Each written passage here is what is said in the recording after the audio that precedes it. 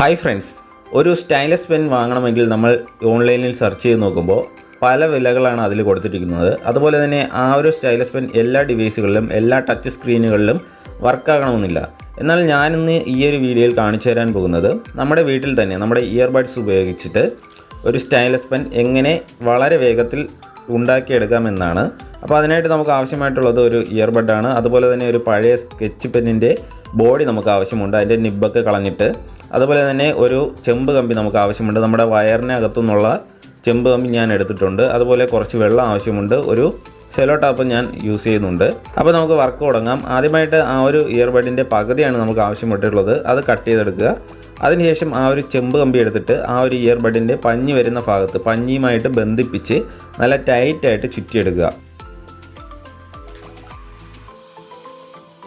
എന്നിട്ട് ആ ഒരു സ്കെച്ച് പെൻ എടുത്തിട്ട് അതിൻ്റെ മുകൾ ഭാഗത്തേക്ക് ഈ ഒരു ഇയർബഡ് കടത്തി വയ്ക്കുക. ആ ഒരു ഹോളിൽ കൂടി ഞാനിപ്പോൾ വീഡിയോയിൽ കാണിക്കുന്നത് പോലെ കടത്തി വെച്ച് നല്ല ടൈറ്റായിട്ട് കടത്തി വയ്ക്കുക.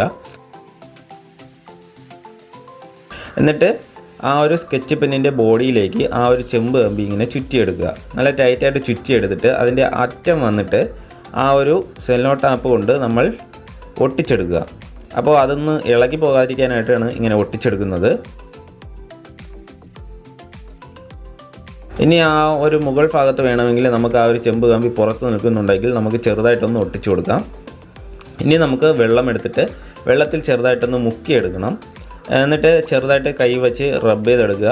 ആ ഒരു ഭാഗത്ത് ഈർപ്പം അധികം നിൽക്കാൻ പാടില്ല, എന്നാൽ ഈർപ്പം വേണം താനും.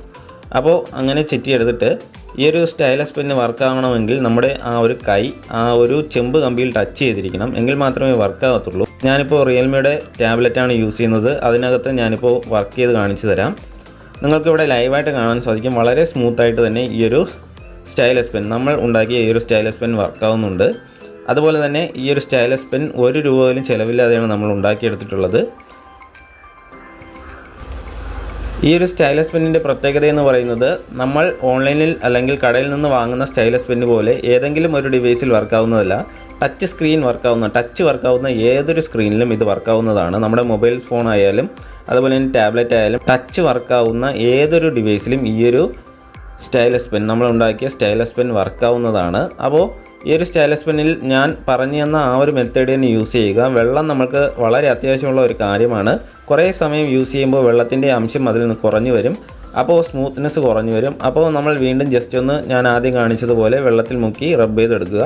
അപ്പോൾ ഫ്രണ്ട്സ്, ഈ ഒരു സ്റ്റൈലസ് പെൻ ഉണ്ടാക്കുന്ന വീഡിയോ എല്ലാവർക്കും ഇഷ്ടപ്പെട്ടു എന്ന് വിശ്വസിക്കുന്നു. വീഡിയോ ഇഷ്ടപ്പെട്ടാൽ ലൈക്ക് ചെയ്യാനും ഷെയർ ചെയ്യാനും മറക്കണ്ട. അതുപോലെ തന്നെ ചാനൽ സബ്സ്ക്രൈബ് ചെയ്ത് സപ്പോർട്ട് ചെയ്യുക. ഇതുപോലെ മറ്റൊരു വീഡിയോയിൽ കാണുന്നവരെ ബൈ ഫ്രണ്ട്സ്.